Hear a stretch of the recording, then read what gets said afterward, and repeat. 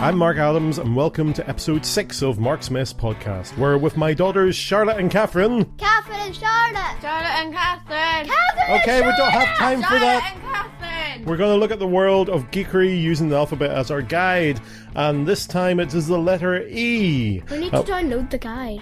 What? We're using the alphabet as a guide, so we need to download it. I've memorized the alphabet. Oh. A, B, C, D, E, F, G, H, I, J, K, L, M, N, O, Q, R, S, P, you forgot P! You forgot the W, P. X, Y, and Z. You forgot You P! forgot the P. It's in the toilet.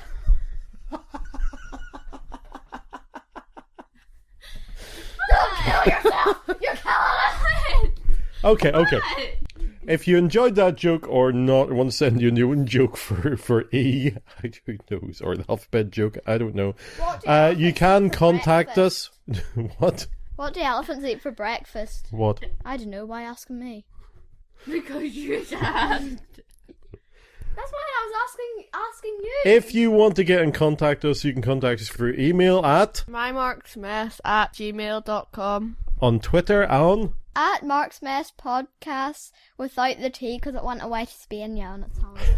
There's Or- no place called Spain, yeah. Made it up. Or on our web page at marksmesspodcast.blogspot.com With or the T. with the T, or on our Facebook page.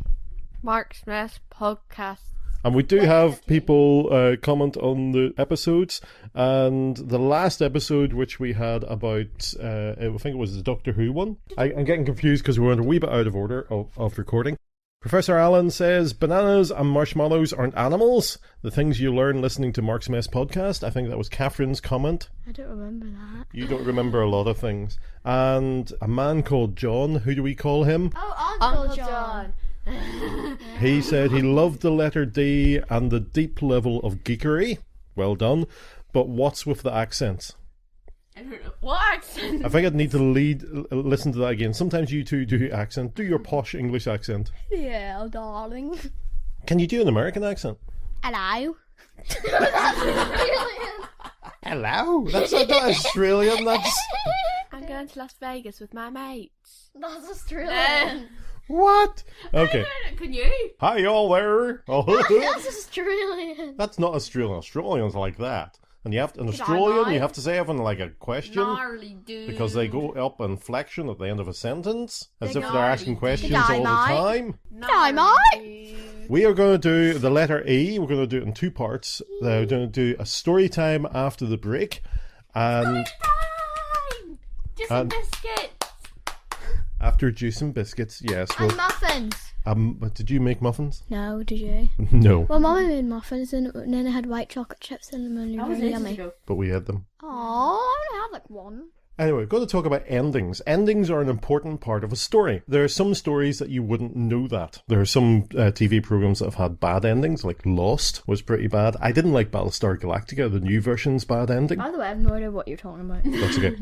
And there are some books that are series of books that had good endings, like the Harry Potter series, where J.K. Rowling had the ending in mind years in advance, or like the Tarzan books, which sort of petered out and got worse and worse. I'm going to talk about 2 episodes of TV shows, TV geekery, that I've I had... know any of them. No, but I'm going to tell you about them, that had good endings. First one was Quantum Leap. Quantum Leap was 5 seasons back in 1988 to 93, which starred Scott Bakula and Dean Stockwell. Former scientist Sam Beckett finds himself trapped in time due to experiment gone awry, leaping into the body of a different person each week. Al Kalavicki is Sam's holographic advisor, and he provides Sam with some details about his new identity and gives him guidance on how to help people who are affected by his presence. But with little memory to help guide him, our hero is forced to bluff his way through many wacky situations. It was a great show where the hero, Sam, it was time travel, so he would leap into 1963, he would leap into a man there, or a woman, or different types of Would people. he look like that person or? He would look like that person to everyone, including himself. He would just be the soul and brain of that person. Exactly. And it was a great show. It was a one and done show. In other words, every episode was finished at the end. Would he Not like a talk cliffhanger. like them? Yes, everybody around him would see him as him, except for animals and very small children. They kind of knew he was different, but it gave great stories. It was, he went in, he helped the situation, then he left and jumped into another body. He couldn't control who he jumped into. And He could jump into you. there was a lot of social commentary. Imagine if what it'd be like to live as a teenage boy for a day. And then the old man the next day. Really old man the next day. Somebody of a different skin colour, how you would be treated differently. So it was a lot of social commentary. That's what's called social commentary and all that. Science fiction at its best does that. It makes us think not about the future, but about our own selves. The present and what we do. In school, one of our topics is going to be science fiction, I think. Yeah, you have a fantastic teacher. I never watched science fiction. Anyway, And then, but he hasn't even thought of them all yet. he probably won't, Oh, but no, yeah. if he needs help, I will be there. One of them might be Star Wars. Yeah. He said the Christmas play is going to be about Star Wars. Cool. That was really wacky Christmas plays. Like something about a death. Star. Yeah. And then somebody gets trapped on it or something. Catherine's only seen one Star Wars movie, the last one, The Force Awakens. Did you like it? No. She didn't like it. I've lost Two one. out of 10. Anyway, you can go. I'll just concentrate on Charlotte. Give it Okay. a 2 out of 10. Even for BB-8, did you like BB-8? Maybe it was cute. Better if it was pink. Let's get back to Quantum Leap. The very last episode was called Mirror Image. The hero Sam leaped into his own body, or leaped into himself. It was a weird episode because he didn't quite know what was happening. Maybe he met God, but he learned that he could now control how he leapt, and he could leap home. He was always trying to get home, but he decided not to at the end. And the very last scene was a blank screen, and the words came up, Dr. Sam Beckett never returned home. And that still brings a tear to my eye when I think about it. Why are you sad about it? Because he never got home. But he could have got home, he just didn't go home. Yeah, exactly. He decided to sacrifice himself to travel the time ways to fix everybody else's lives, to fix the problems. What problems would you like fixed in your life? More chocolate. More chocolate. So And marshmallows. when he leaped into a body, he always looked in the mirror, saw somebody's face, and went, "Oh boy." Oh boy. What would you like him to fix in your life, Charlotte? Build me more bookshelves. More bookshelves. Right, so that's one type of ending that I thought was really good. Some people thought, yeah, it wasn't that good because it was a bit weird. But I like the fact that it ended the series without ending the complete story. So you could go back to it. You could imagine, well, sometimes I watch TV and think, when somebody says, "Oh boy," I think, "Oh, Sam Beckett has jumped into their body. He's going to save us. He's going to jump into Donald Trump and fix his hair." He could be the next president of the United States. Hopefully not. Well, yes. This 12-year-old knows a lot about American politics.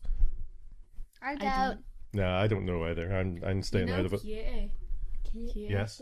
who moved to Leeds. Yes. Her gran lives in America, and she says that if Donald Trump becomes president, she's going to move to Iceland and build one of those World War II, not the Bunkers? yeah, a bunker. Because she thinks he'll blow the world up. Start World War III. Okay. Why? I don't know. Because of his hair? I don't know. Crazy. Why would I want to do Can I just say that if Mr. Trump is listening, that is the thoughts of my eldest child. Please do not take it out on the rest of us.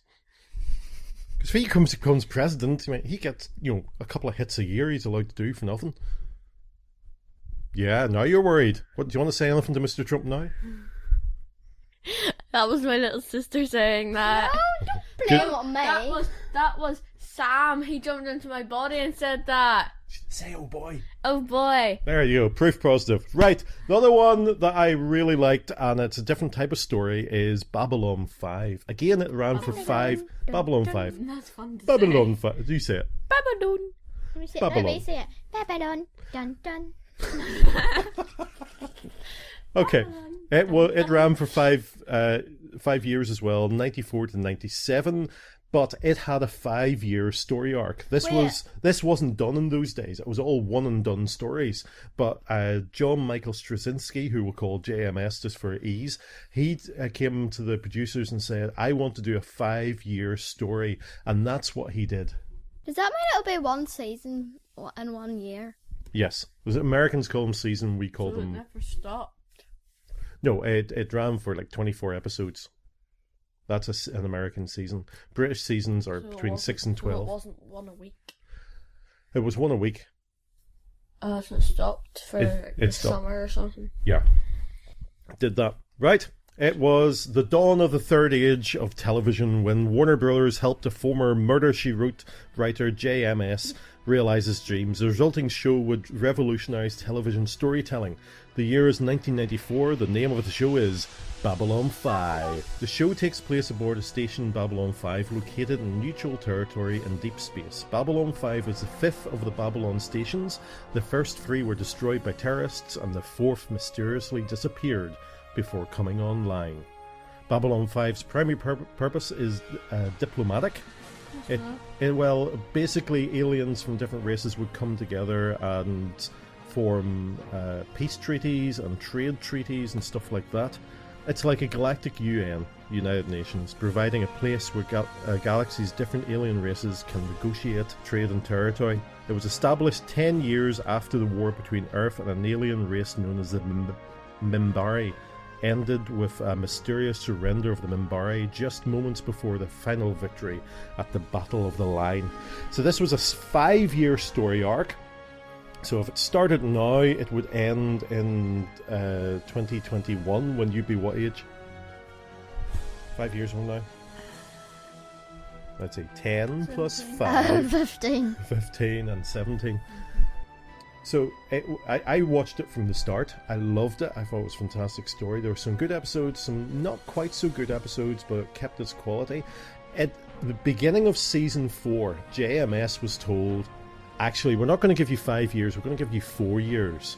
So he panicked a bit and he had to write the next 2 years into one season, which worked really well. I've got those first 4 seasons.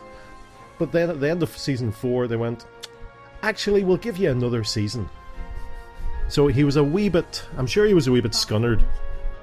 Baffled. Wee baffled, wee bit scunnered, which is What good does in an those Irish word. mean? What? What do those mean? Baffled, confused, scunnered, fed up. Okay. What he did, he had the very final episode, which was called Sleeping in the Light, and it was filmed at the end of season 4 because he thought that would be it. But he kept it and didn't release it until the end of season 5. So he had it planned. One of the best things you can do for a story is have a good ending. Know what your ending is. Right? My dad used to say, your granddad Adams used to say about The beginning's good and the ending's good, the middle will be fine. beginning's good, ending's good, the middle will be fine. Have I said that before? No. Yes. Right, so those are my 2 good story endings. There's plenty of bad story endings. There's TV shows that just ended. Space and Above and Beyond was just cancelled. Alien Nation was just cancelled. Serenity was just cancelled, although those 2 got movies, TV movie and a feature film movie. Doctor Who was cancelled for a bit. Right, I did mention to you 2 that we're talking about endings. What have been good endings of stories that you have read or watched or listened to? Charlotte, you read the Hunger Games? Yes. What do you think of the ending? It was good. It was good. I didn't quite like it because I like a happy ending. It wasn't a happy ending. Spoilers. It was a bit happy. Which part? Not the part where Prim died.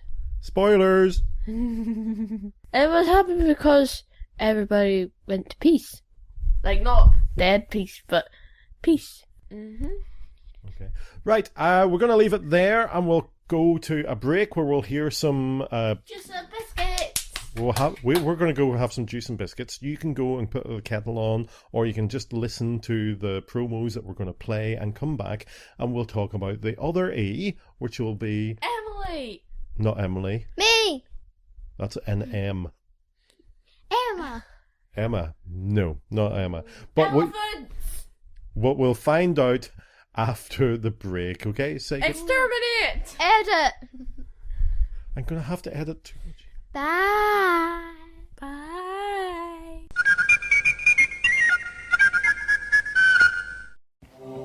It was the dawn of the third age of comics, 15 years after the rise of the Comics Code Authority. The Bronze Age was a dream given form. Its goal? To portray superheroes in a way that was socially relevant by tackling real-world issues. It's a catch-all, a place to explore monsters, demons, gunslingers, gods, and superheroes alike. Writers and artists wrapped in house styles of sophisticated realism, creating the stuff of legends. There is no assurance of quality, but it's our last best hope for comic books. This is a retrospective of the true Golden Age. The year is 1970. The name of the podcast, Uncovering the Bronze Age. Tune into our feed for regular content at relativelygeekypodcast.blogspot.com. Also home to the Quarter Bin Podcast and the Short Box Showcase. Guys, we finally developed our time machine. Should we use it to go back and see how Stonehenge was built? Or become friends with Hitler and convince him to stay in art school. Or we could go back in time and get the comic books we missed. Yeah! The Comic Book Time Machine. A journey back in time to explore comic books. Good and bad. Whether from 7 decades ago or 7 days ago. Join our journey at comicbooktimemachine.com. Justice League International, Bwahaha Podcast, a new monthly show chronicling the adventures of the JLI era by Keith Giffen and J.M. DeMatteis. We'll be going issue by issue in release order, tackling the core Justice League title, Justice League Europe, and the quarterly book. Along the way, we'll take time out for special episodes covering various spin-offs, cartoon appearances, the infamous TV pilot, and much more. So join me in an ever-changing roster of guest hosts as we celebrate your favorite JLI members, such as Martian Manhunter, Batman, Dr. Fate, Black Canary, Fire, Ice, Maxwell Lord, Oberon, Captain Marvel, Rocket Red, Captain Atom, Mr. Miracle, Guy Gardner, Booster Gold, Blue Beetle, Nort, and many, many more. Justice League International, Bwahaha Podcast, coming March 2016 as part of the Fire and Water Podcast Network. Want to make something of it? And we're back at the Marksmess Podcast. Okay, you've heard one of the podcast promos was Justice League International Bwahaha Podcast. What? Because of them, I went up to our loft and I got down my volumes of the Justice League International, so I'm now reading through those thanks to them. Anyway, have you been watching or reading anything that's quite geeky, Charlotte? Yes, I have. I've been watching the Justice League cartoons. And that's Bruce Timm ones. Very good. What ones have you liked particularly? The one where they all turn into children again. Oh yes, and that comes from the Grant Morrison comic. No, it actually comes from a Young Justice League crossover by Peter David. So Charlotte's also starting to read Young Justice. So in the third volume that I've got of that, they do that. It's good fun. Ooh. Who's your favourite character? The Flash. The Flash, why? He's funny. Mine is Wonder Woman and I don't even watch it. Yeah, which is yeah, you totally don't watch it. What have you been watching, Catherine, then? Teen Titans Go. The both of you actually watch that. It's not my type of thing. Every time I want to watch it, she says no. Okay, maybe she says go. No, she's no. Teen Titans, no. Okay, who's your favourite character? I don't know who it is. It's either Starfire or Cyborg. Oh, right, okay. That's interesting. And what do you like about it? It's very funny. It is. It's not really sort of superhero stuff. It's more it's comedy stuff, which is okay. It's just not my thing. What about you, Charlotte? Who do you like? Starfire. Yeah, that's good. Good, strong female alien. Anyway, continue on with our E. The second bit is Excalibur. Excalibur. Have you ever heard of Excalibur before? No. No. Excalibur was the sword of King Arthur. Any recollection there? No. I guarantee you've heard somewhere along the line, you've seen stories somewhere with these characters in it. So, all started with King Uther Pendragon. Uther. He has a son called Arthur to his enemy's wife. What? I don't understand what you mean. Well, King Uther. Yeah. Has a son. Yeah. To his enemy's wife. What do you mean two? Well, his enemy's wife, has his son. Is the mother of the son. Anyway, he's called Arthur. The mother dies in childbirth. So Arthur's placed into adoption with Hector and his son Kay by the wizard Merlin. Heard of Merlin? The Wizards of Oz. No, Wizard Merlin. You've heard of Merlin? Where have you heard Merlin? I don't know. Just about the place. Wait, I think in Scooby-Doo once. Probably Scooby-Doo. You might get more of it from Scooby-Doo. Anyway, Uther Pendragon, the king, dies. So Britain suffers from having no king. So Merlin puts a sword in a stone. That's inscribed, whoever pulls a sword out of the stone is rightly born king of all England. Hit! Yay! Okay, it wasn't you. So lots of people tried to pull the sword from the stone. Have you heard of that phrase, this pulling the sword from the stone? On SpongeBob, then SpongeBob done it. Yes, this is what I'm talking about. This is like a base story, a story that... That was a spatula. Yeah, but it's the same type of thing. Whoever pulls the spatula from the Krabby Patty. Yeah, Anyway. But it's from a rock. Yeah, but that's what I'm talking about in these. Arthur, of course, is the only one to succeed in pulling the sword from the stone, and he becomes a king. Not only does he become a king, he becomes a very good king. And this is a time of chivalry, where knights were knights, maidens were maidens, and sheep were nervous. The time of chivalry, do you know what that is? Chivalry. The idea when men open doors for ladies, that's kind of... And put their cloaks over puddles for them. Yeah, chivalrous, where us men try to be... The women's feet will still get wet. Yeah, I know it doesn't really work all the time. Why don't they just give them a piggyback? That would be even more chivalrous. It's the idea that men go out of their way to be kind to women. Doesn't happen much nowadays then.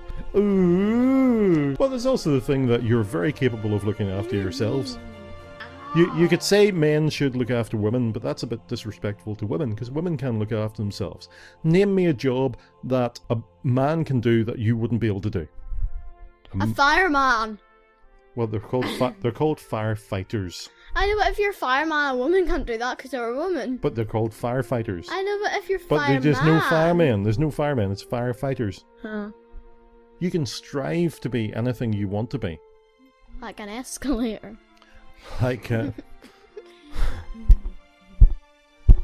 Anyway, right, back to the story. Arthur's only what to see during... You can't be a king. What? You can't be a king. You can be a monarch. You can't be a king, but... You can't be a pig. Ha. Or can you? A, it took you 5 minutes to get up to that. B, there are very few monarchs in the world. What's a monarch? Like king or queen. Person who rules a country. But how do you become one? You can't be... You have to be royal. You have to be born. Blood. You have to be born. Everybody's born. You have to be born in line to the throne. Yeah. Right. During a battle, he breaks his sword and Merlin takes him to the Lady of the Lake, who gives him a new sword called Excalibur. This sword's called Excalibur. Swords quite often have names in these type of stories. And it's a magic sword. It's also his sword of war. Oh, yeah. And he also has a sword of peace called Clarent. That's a very ordinary name. But what do you use a sword of peace for?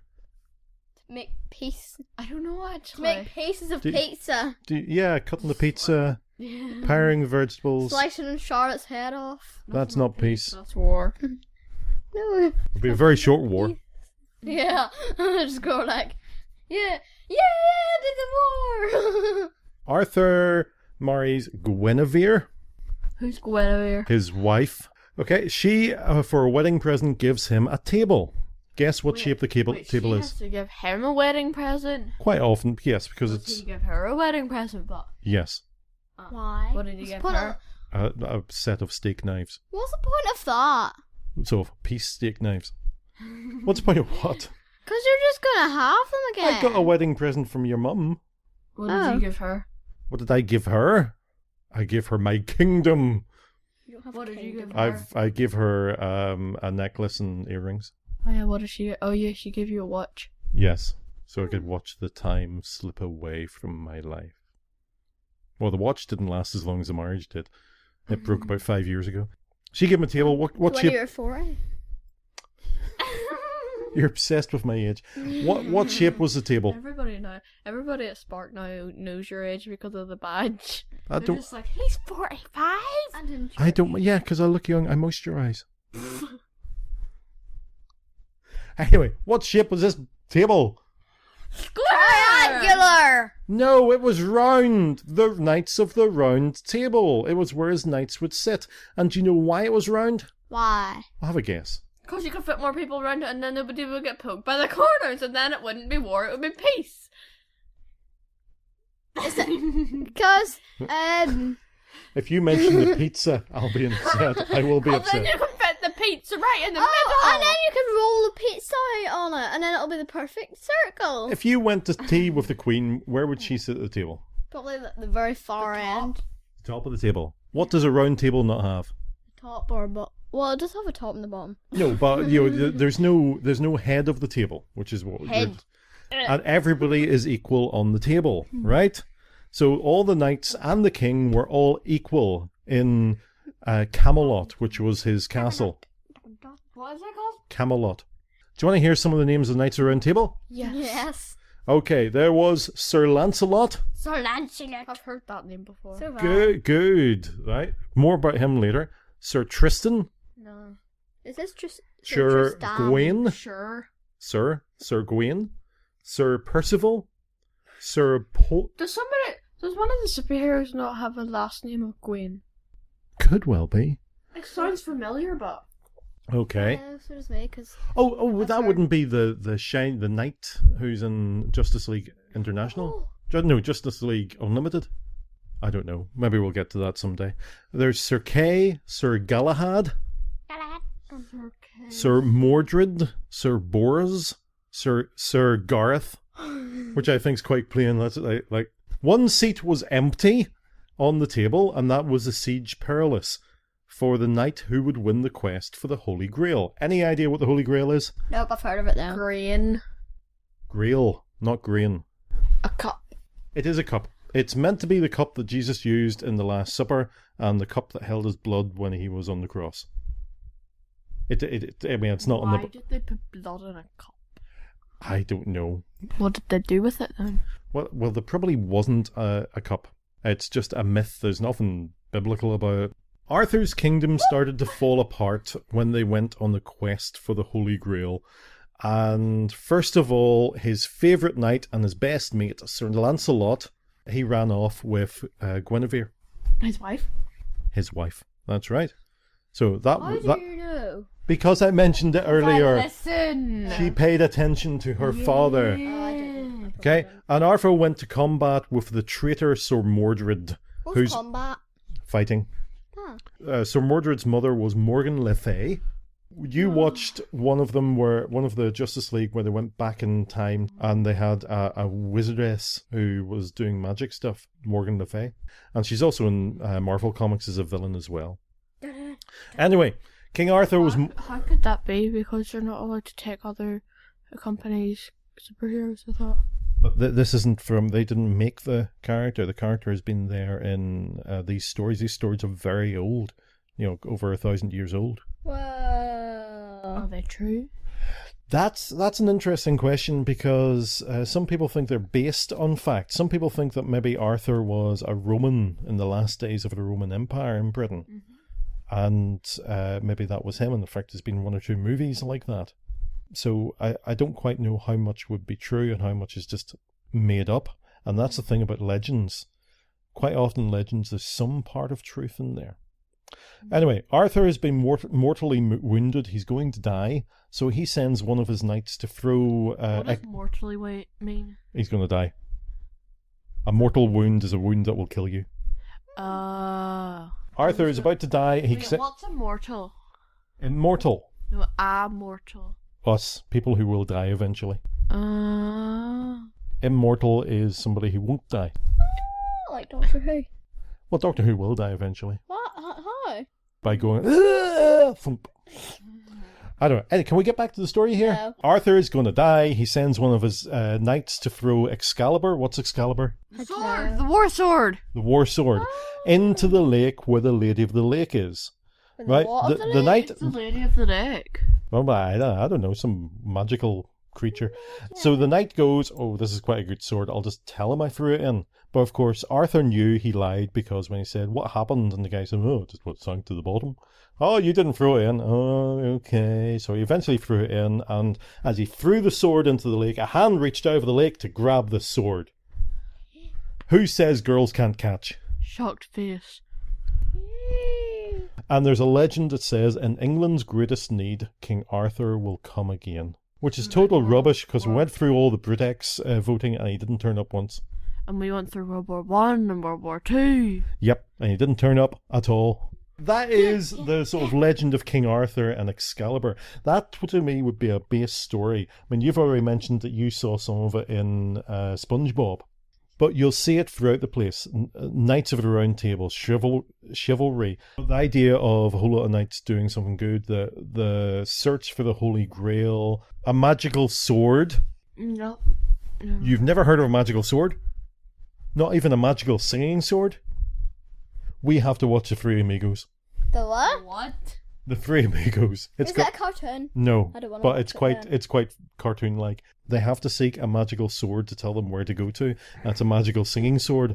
So they come to it, and the sword is singing, she'll be coming round the mountain when she comes, she'll be coming round the mountain when she comes. So they're carrying it through the desert.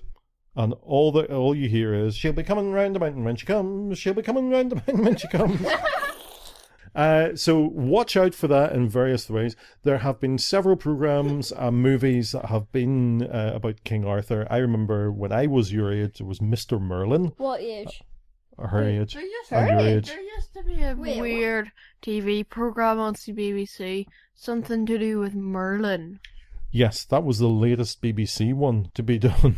It was actually a guy from Armagh, where I come from, Armagh, who played Merlin. And there have been movies. I didn't know him. He's too young for me to know. I probably left when he was like 5. And it's in cartoons. Did he have an Armagh accent? Not in Merlin.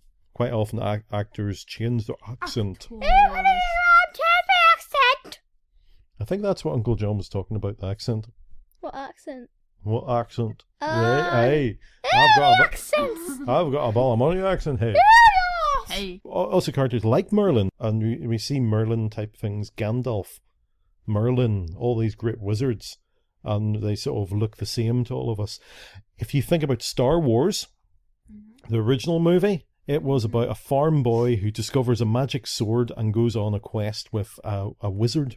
We see this as a base story, and you'll see various parts of this story as you watch other stories, and you'll hear about it. Okay, if anybody out there has got any of their favourite Arthurian legends, please... Arthurian? That's what you call this? Arthurian. A unicorn. Did I mention unicorns once? Yes. No, I did not. Yeah, you just said. Anyway, if you'd like to tell us your favourite Arthurian legend and Arthurian TV show or book or whatever, you can get in contact with us by email at mymarksmess@gmail.com or on Twitter At Marksmess Podcast without the T, because it's still in Spain, yeah. or on the webpage marksmesspodcast.blogspot.com or the Facebook page Marksmess Podcast. Thanks to Josh Woodward of joshwoodward.com for the title music. Say goodbye, girls. Goodbye, girls. And thank you for listening to Marksmess Podcast.